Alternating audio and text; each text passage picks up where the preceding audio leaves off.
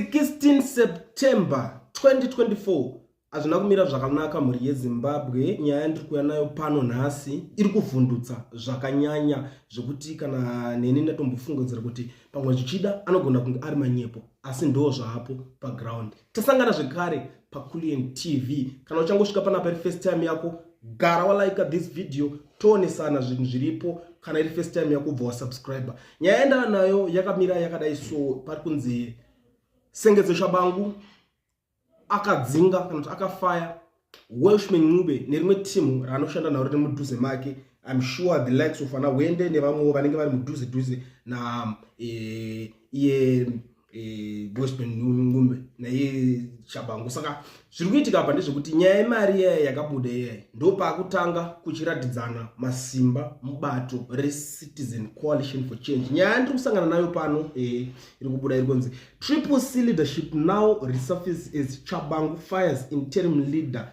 Ncube. Ndo nyaya dzirimo. Saka vatotanga kurwisana nyaya dzemari. Tingati vanhu, tingati chikwata chakangoita ngachivatengesi vakutanga kuchirwisana kuti panapa toita sei. Asi zviri kuitika ndezvekuti vanhu vari kuti Shabangu simba iroro unoriwana kupi. Tara wadzokera newe kumacourts kuzi haukwanise kunge uchiita zvinhu zvakadaro. Toda kuona kuti ndiani anokupa that authority. Vanhu vakambocelebrate pamazuva aya Shabangu achidzingana nema-MP mamwe achamisa. Kusvika Chamisa asvika pakuti inini handichakwanisi kuramba ndichishanda nebato iri. Vanhu vakaona kunge Chamisa akakurumidza kungoramwawo. Asi iko zvinezvi chokwadi chave pachena kuti Chamisa haana kungoramwa, asi akaona kuti zvinonetsa nekuti vanhu vake vaishanda navo padhuze vaita kutengesi. Saka akabvaona kuti it's better kuti ndisiyane nezvepolitical party iyoyo. Nyaya yakamira kadai so, pari kunzi the Citizen Coalition for Change Triple C leadership Renko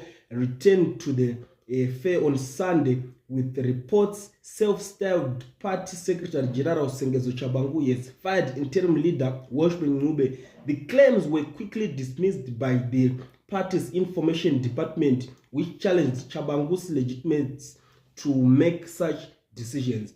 A virtually unknown political before Shabangu came into prominence after he badly issued multiple recalls against Triple C MPs and councillors on the pretext they had caused to become party members. The apparent intrusion, which was aided by court rulings in his favor, led to then party leader Nelson Chamisa's resignation, setting party infiltration by the enemy. So nyaya iri kuitika panapa vakutaura kuti Shabangu simba unoriwana kupi rekuti iwo chingochirikola. But I remember Welshman Ncube akabuda iye achitaura nemuromo wake, nhasi zvamudzokera achida kuti Shabangu takamboita ngati usingamuzive panapa, tinomuziva, anga ari mumupati. Nawo pakunetsa Shabangu uya akuchinyatsovamukira achinyatsodzinga ivo ana Welshman Ncube vacho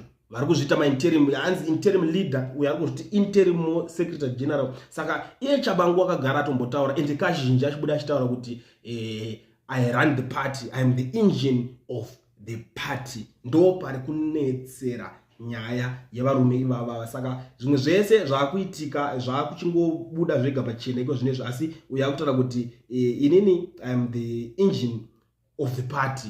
Uya vamwe vacho vakutaura kuti simba iroro rekudzinga vanhu unoriwana kupi. Mazuva adarika aya takamboona ana vanhu vakaita ana Jacob Mafume vachiratidza kuti vabviswa pamabasa avaishanda, nekuti Mafume ndiye akanga ave mutauriri webato iroro, akabviswa pakaiswa mumwe kureva kuti akadzingwa. Nhasi chiti kunana Welshman Ncube interim leader wavo vakutanga kuda kuzvirambira nazvo kuti aiwa simba iroro unoriwana kupi, ndiani anokupa zvivindi zvekuita zvinhu zvakadaro. Ndo masituations ari kuitika mupolitical party yeCitizen Coalition for Change iko zvinezvi. Pari kudzinganwa mabasa.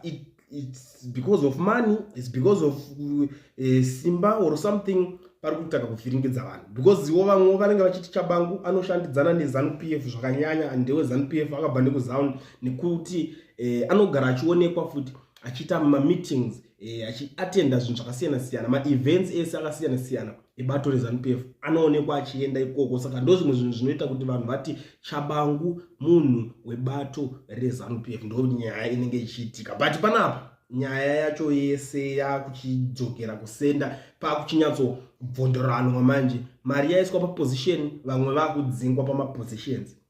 Ndo pazvatauveko zvinezvi, ndo pane situation yacho. Vanoda kudzokera naChabangu kumakoti amene kuti vanomuhwina here, because last time I checked pakambotraya kuendesana kukoti netimu rava Nelson Chamisa vachitaura kuti haungarikole maMPs edu just like that. Zvakaratidza kushaya basa, and kusazivawo kuti apa zvichawana basa here, nekuti last time zvakatadza kushanda zvokuendesana naChabangu kumakoti. Navo vauda kumuchallenge futi, kureva kuti paita mari apa.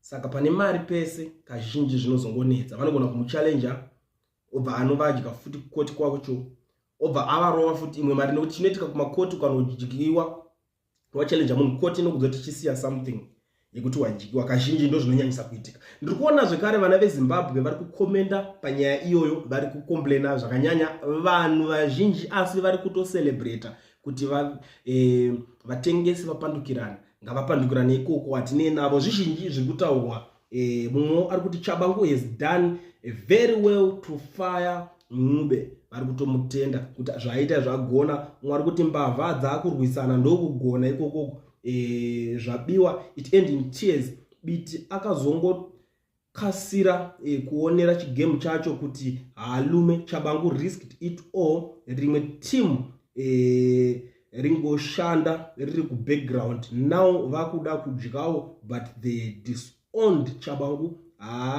Ngavadzinge adye ega, ndo nyaya imwe iri kuitika. Because nyaya iripo ndekuti vakamuti Chabangu asi wedu Chabangu hatimuzive, fine. Weshmen Ncube ndiye kuzobuda ega kati Chabangu takapretenda kunge asingamuzive. Chabangu tati naye kubva kumashure ndiye abadzingwa naye Chabangu wacho. Saka pakunetsa vakuda kuti uda kumuchallenge kuti hauna masimba ekudaro, but zvatoitika atomudzinga. Apa ndiye akamuindosa achitaura kuti ayo Chabangu anga ari mumwe wedu. Vanhu vakataura zvakasiyana-siyana chitaura kuti ayo Chabangu tati naye mupati. Vanhu vachitaura kuti ayo iwewe unogoti Chabangu wanga naye mupati sei, asi saiye munhu semunhu anenge ari leader manje ndo panga pakunetsa. Mumwe ari kubuda ari kuti now the claim Chabangu is not legitimate, but the speaker says he is that as he recorded all those MPs Zimbabwe justice system on the ropes. Who cares about Chabangu? He is an imposter, he must be dealt with once of all. Watchman in Chabangu on one, Ncube is using the already dirty Chabangu to evade accountability over the funds they got through treachery. The Harare PDP guys and Maruwa Kabau are in for a rude awakening. What surprises me is all the past months they say we don't have links to Chabangu, yet they don't fire him from the party. For the why? Are all these guys crooks? Is there a party? If they don't fire him this time around, they are playing with for the money. Ndo imwe nyaya iripo pakunetsa kuti ivo vachimudzinga manje, ndiye akuchivadzinga.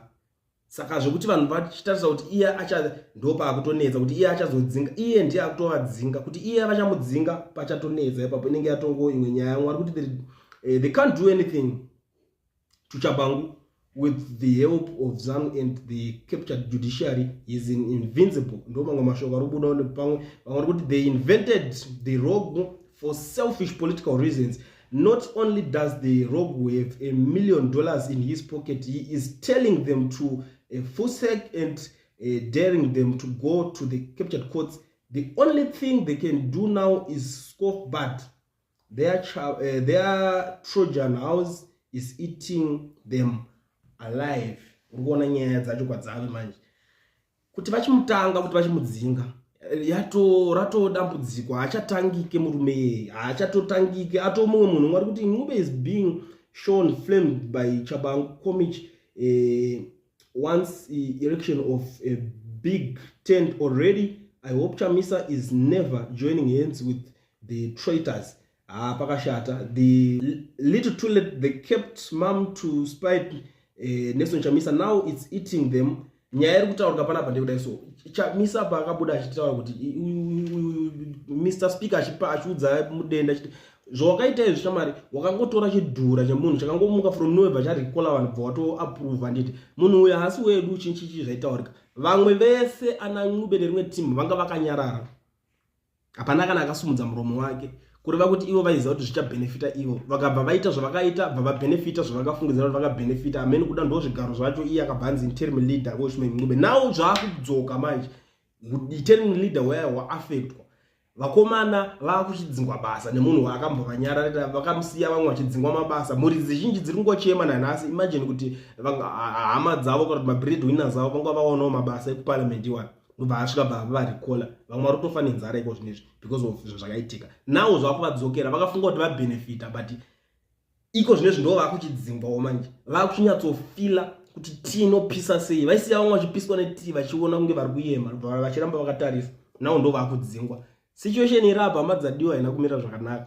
Ndangoti ndidarikire panapa ndichikuzivisai nyaya dziri kuitika paground iko zvinezvi. Kana uchingowashanyawo panapa kari kekutanga iri first time yako, panonzi Kulian TV patinokupagurirai nhau nezvimwe zvese zvinonga zvichiitika. So ndakandikukumbirisa ugare wasubscriber, ukomenda, wolike, uchindiudzawo kuti nyaya iyi yasengezo shabangu yekudzinga kwaita weShumeni Ncube unoionawo sei.